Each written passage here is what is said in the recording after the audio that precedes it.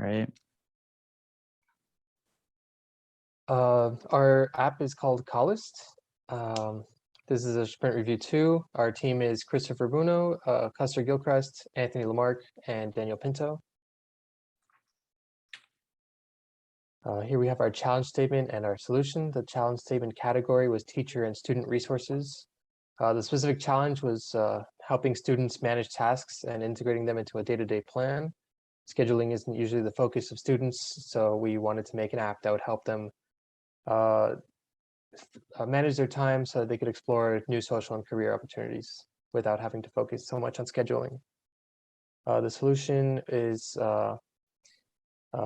creating a daily planner for upcoming tasks and appointments based on students' upcoming workload. So here's about the target audience for Collyst. So kind of this main target audience is the idea of users who have tasks. So typically these are high school or college students who need help with time management because increasing course loads can make it really difficult to manage what work you have due and when. So when you have these different tasks that you need to complete with certain time frames, you can use Collyst to upload these different tasks and understand and get a schedule of when those tasks need to be done and how much time you have to do them. The other target audience here, which is kind of the corollary to users trying to complete tasks, is users who are assigning tasks. So typically this would be like a teacher or a professor who has a group of students, such as a class, that they're trying to push tasks to let them know when they have assignments due. And this allows for kind of a syncing between student users and professor users, as professors can assign tasks across an entire class worth of students, so that all students have that on their own daily calendars to sync between all of their different classes to more effectively plan their time.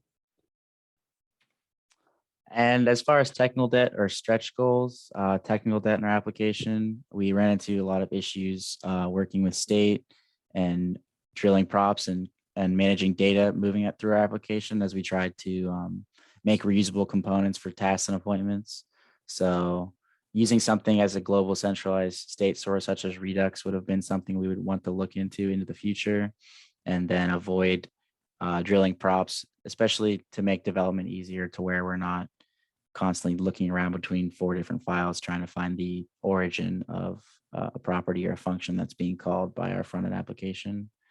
And also reliance on ad hoc CSS styling on a per component basis. So having a more generalized style sheet or something that we could access for all of our components just to give everything a more uniform look would be beneficial. And then stretch goals that we were not able to achieve in our time frame was an auto scheduler for user workflow. So taking in all the tasks and appointments and automatically generating a schedule for a user, Google Calendar and Canvas integration, and also user groups and multi-user functionality for tasks and appointments. And that extends into like teachers or professors being able to assign tasks to other people. So for my contributions, I worked on creating, implementing the appointment structures at the back end. So the classes and the objects that store the actual information about the appointments. And then I helped assist Christopher and Daniel on working on the appointment API calls to both post and get for the appointment structures. And so I used that internal structure that I helped create. And then finally, I did a lot of work on the project documentation and a lot of the intermediate presentations and models that we use to describe and communicate our project. For my contributions, I created the initial project using Next.js and React, configured all the Vercel and Circle CI/CD and shared it with all our teammates so that they could all code on it together, including the protections such as not being able to push to the main branch. And then I also created our initial form of Firebase authentication and database usage in our application. As far as front end, I used Mantine to create buttons for add task and add appointment that open customized modals for entering the information for adding tasks or appointments, as well as editing tasks and appointments, and managing state with that and passing into an API for manipulating the database. And then one of my final contributions was the edit and delete buttons that exist on tasks and appointments. My contributions included helping Anthony make the front-end modal for user appointment input, including setting a name for the appointment, set time, and like a range of time that it would take for the appointment. That was using the Mantine library. I also implemented API routing between the front end of database querying for getting and publishing appointment information. You can see those functions there on the side. And also in the sprint presentations and retrospectives, I worked on those. So some of my final thoughts coming out of this project, this was my first full experience with project scale development. So it was really interesting to learn and finally interact with how that workflow goes through using stuff such as Circle CI and Git and understanding how that different like interactions work. I learned a lot about the functional differences and the connections between a front-end system, a database, and an API. So I always knew these were different things, but now I finally see this flow of how a database stores the information and a front-end calls an API to access that information. And I've only ever had coding experience working individually. So it was a real change of pace to have to balance not only the work of myself coding, but several different people, several different skill sets to create one cohesive product that was everybody's contribution. Some of my final thoughts was learning how to communicate updates succinctly and develop in a team environment was, I guess, definitely a learning experience, more challenging than I expected. Dealing with time conflicts, managing priorities for development, given time constraints, because obviously we can't accomplish everything we want to. Was able for me to practice throughout this project, and then I also learned more of the importance of like going above and beyond, figuring out what you should be working on personally, and then just working on it versus trying to wait always for someone else or something to make something happen for you. My final thoughts, I learned a lot about full stack web development. I hadn't really developed that much full stack. I got experience with React front end development, especially with the Mantine library. Database implementation using Firebase, and API routing middleware between the front end and the back end. It was also a new experience working on a team, developing clear sprints and presenting the progress of each sprint to like a project manager such as our TA. So my contributions to the project included writing the developer documentation / README, which tells you how to set up your local development environment, as well as what role some parts in the project play. I've also written Google account authentication and federation using Firebase's built-in authentication.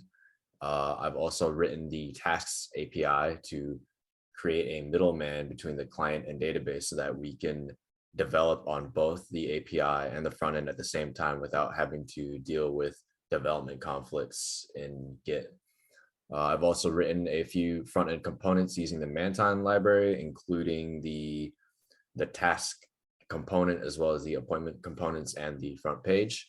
I've written hooks to manage application state, including the state of tasks and appointments on the client side, as well as the application's loading status.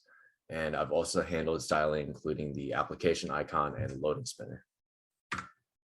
My final thoughts on the project, some things that I've learned are that CI/CD pipelines are very valuable from the developer point of view because it lets you push out to your work to a deployed environment and see how your changes actually work in real time and not just on your local machine. And another thing that I've learned is that there's a reason that people consider React just a front end library and not a full framework. And a lot of that has to do with how React manages data transportation in the application. And so these kinds of limitations, they have consequences because React isn't built to manage all of the data inside of your application. It's really meant to be a way for you to display your front end in a more programmatic way. And another thing that I've learned is that in the agile process, it's easier to get everyone up to speed by creating stories and tasks that are a lot more strictly bounded and have more clear goals and what needs to be achieved. And so now we'll go to the live demo at our Vercel deployed link. So here we have the landing page with login with Google account federation. We sign in. I'll use my personal email. It should log us right in. And so you can see that spinner that was loading there for a second. And you see we have a nav bar with a home and a logout button, as well as an add task and add appointment button. So for example, let's add a task. Let's call it a sprint. Let's say it's 11 hours. It gets uploaded and added straight to the page as well as to the database. This notification lets you know that it's been successfully uploaded. And let's say we refresh the page and you see the spinner, it'll be there. And what's nice is that all of these tasks and appointments are sorted in chronological order. So if you move this from today to, let's say, Friday, it'll move back up in the list. So it's after March 31st, but before yesterday. Yeah, that's also another feature that we added, is the ability to edit and delete tasks and appointments. So we just, for example, so we have full basic create, read, update, delete functionality with our application. And if, let's say we change these up a bit, appointment time 12:05 to 1:30. It'll be updated 12:05. And now the logout functionality works as well. And there you go. Thank you for watching.